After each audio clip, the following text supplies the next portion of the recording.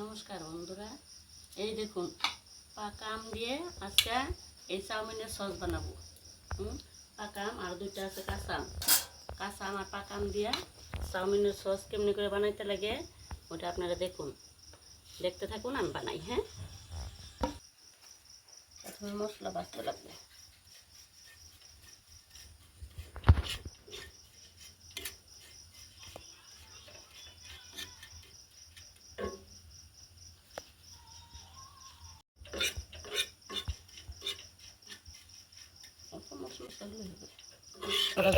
অল্প অল্প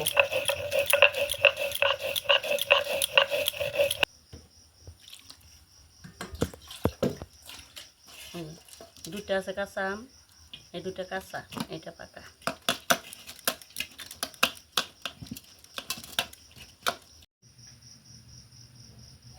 পাকা আমের রস, এটা দিয়া তেল, সাদা তেলও দিতে পারেন, মিঠা তেলও দিতে পারেন। আমি দুইটা মিক্সার করে দিলাম। অল্প দিয়ে দিব মশলা, 5 ফোড়ন না 3 ফোড়ন।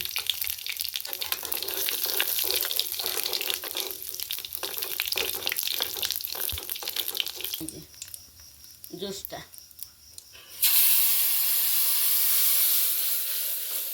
লবণের টেমাটা আমার দেখছেন?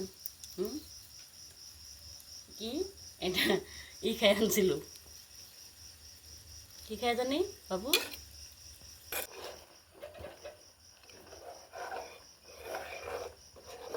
আনতে এমনি মিষ্টি, চিনি দিতে লাগবো না। না থাক, কালারটা দেখো কত সুন্দর, দেখছো? আচ্ছা বন্ধুরা, এই যে এই ম্যাঙ্গোটা দিয়ে এই যে সস বানাইছি। হ্যাঁ, সাইকেল খাই দেখো কিরকম হয়েছে। এই মাইকেল খাই দেখতো, এই হলো মাইকেল আর এই যে মাইকেলের ভাই।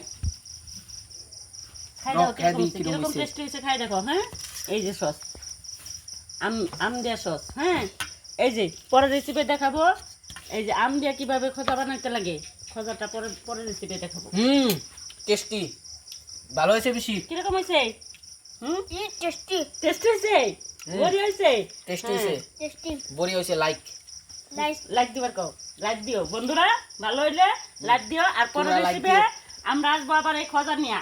খোঁজা একটা খাই দেখো তো কেমন হচ্ছে, একটা খোঁজা খাও, নাও খাই দেখো। এই দেখো খোঁজাগুলা কি দেখছো কিরকম হয়েছে, এই দেখো খাই দেখো। লাইক এর স্বাদ হইছে, স্বাদ হইছে না? লাইক বড়ি হয়েছে তো। হ্যাঁ, পরের রেসিপি আমরা এই খোঁজা নিয়ে আসবো।